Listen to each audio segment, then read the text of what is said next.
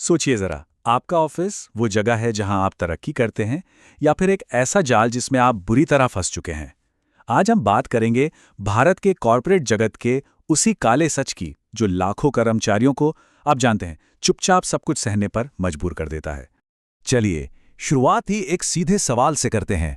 Office या jail? और ये कोई मजाक नहीं है, ये एक भारतीय ऑफिस की सच्ची कहानी है।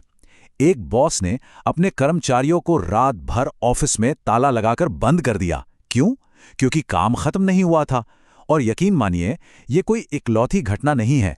ये शब्द हैं एक सीनियर मैनेजर के, जो कॉन्फ्रेंस कॉल पर अपने कर्मचारी को सुना रहा था। इससे पता चलता है कि ये जहरीलापन, ये टॉक्सिसिटी हमारे कॉर्पोरेट कल्चर में कितनी गहराई तक समा चुकी है। और गालियों और धमकियों का सिलसिला बस यही नहीं रुकता। इस तरह का अपमानजनक व्यवहार चौंकाने वाला तो है ही, लेकिन दुख की बात यह है कि ये अब बहुत आम होता जा रहा है।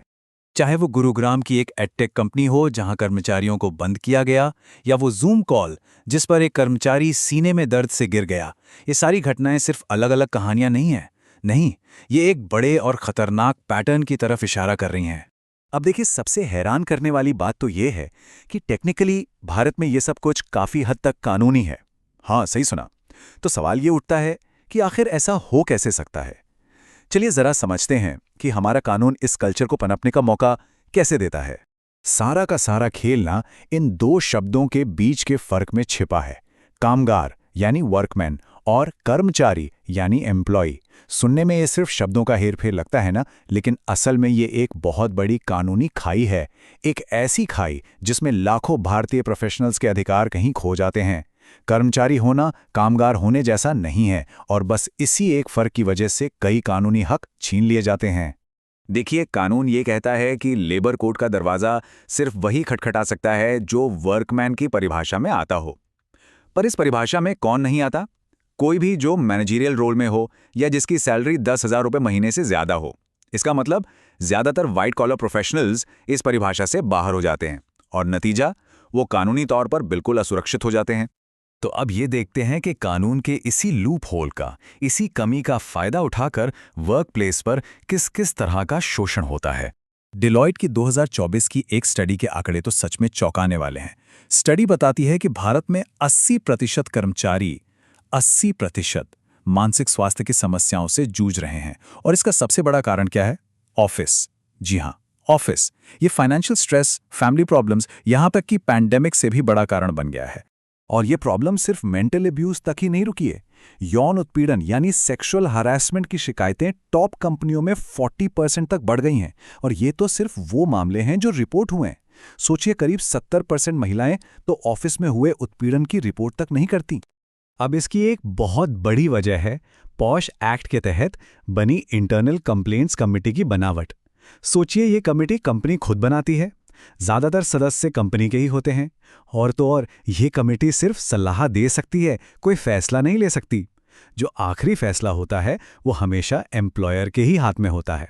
इसके बाद नंबर आता है फाइनेंशियल अब्यूज का। भारत की आधी से ज्यादा काम करने वाली आबादी को या तो सैलरी टाइम पर नहीं मिलती या फिर मिलती ही नहीं है। टीसीएस जैसी बड़ी कंपनी का एक कर्मचारी महीनों तक सैलरी ना मिलने की वजह से फुटपाथ पर सोने के लिए मजबूर हो गया था। यह है हकीकत। तो सवाल ये है कि अगर माहौल इतना ही खराब है तो लोग नौकरी छोड़ क्यों नहीं देते? वो इसलिए क्योंकि उन्हें कानूनी कॉन्ट्रैक्ट्स के हथकड़ियों में जकड़ लिया जाता है। ये एक तरह का विशेष साइकिल है, एक दुष्चक्र। एक नई नौकरी ज्वाइन होती है, कुछ ही समय में पता चलता है कि यहाँ का माहौल बहुत टॉक्सिक है। इस्तीफे की बात होती है और तभी एचआर याद दिलाता है कि अगर समय से पहले नौकरी छोड़ी तो लाखों की पेनल्टी भरनी पड़ेगी। और ये कोई छोटी मोटी बात नहीं है। वर्ल्ड बैंक का डेटा बताता है कि भारत में 36% कर्मचारी, 36%, सिर्फ इन बॉन्ड्स और कॉन्टैक्ट्स की वजह से अपनी टॉक्सिक नौकरियों में फंसे रहने को मजबूर हैं। कंपनियां ना कई तरह के जाल इस्तेमाल करती हैं, जैसे एम्प्लॉयमेंट बॉन्ड, जिसमें भारी भरकम पेनाल्टी होती है, ट्रेनिंग कॉस्ट रिकवरी क्लॉज और नॉन कम्पीट क्लॉज, जो उसी इंडस्ट्री में कोई दूसरी नौकरी करने से रोकता है।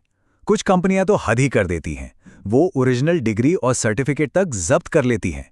जरा सोचिए, क्या आपके कॉन्ट्रैक्ट में भी इनमें से कोई क्लॉज है? तो ठीक है, इतनी सारी समस्याओं के बीच एक कर्मचारी खुद को बचाए तो बचाए कैसे? चलिए अब प्रॉब्लम से हटकर सॉल्यूशन की तरफ बढ़ते हैं। देखिए, ये तो सच है कि हम एक रात में कानून नहीं बदल सकते, लेकिन हाँ, खुद को बचाने के लिए कानूनी तौर पर अपने केस को मजबूत जरूर कर सकते हैं। तो यहाँ 5 कदम हैं जिनसे खुद की सुरक्षा की जा सकती है। इनमें से सबसे जरूरी है चौथा कदम, यानी आपकी कानूनी ढाल। इसका मतलब है आपके साथ हुई हर गलत घटना का एक प्राइवेट रिकॉर्ड बनाना। तारीख, समय, क्या कहा गया, उस वक्त कौन कौन मौजूद था और उस घटना का आप पर क्या असर हुआ, सब कुछ नोट करना। अदालतें ऐसे रिकॉर्ड्स को बहुत गंभीरता से लेती हैं, खासकर उन्हें जो घटना के ठीक बाद लिखे गए हों। और कई बार तो सिर्फ इस रिकॉर्ड का डर ही काफी होता है और मामला कोर्ट पहुंचने से पहले ही सुलझ जाता है। तो सबसे जरूरी बात यह है कि प्रॉब्लम सिर्फ उत्पीड़न नहीं है, प्रॉब्लम अज्ञानता भी है। जिस दिन कोई भी सिस्टम को, उसके नियमों को, उसके लूप होल्स को और उसके पावर डायनामिक्स को समझ लेता है, वो बाकी सबसे एक कदम आगे निकल जाता है। याद रखिए, जागरूकता ही सबसे बड़ा हथियार है।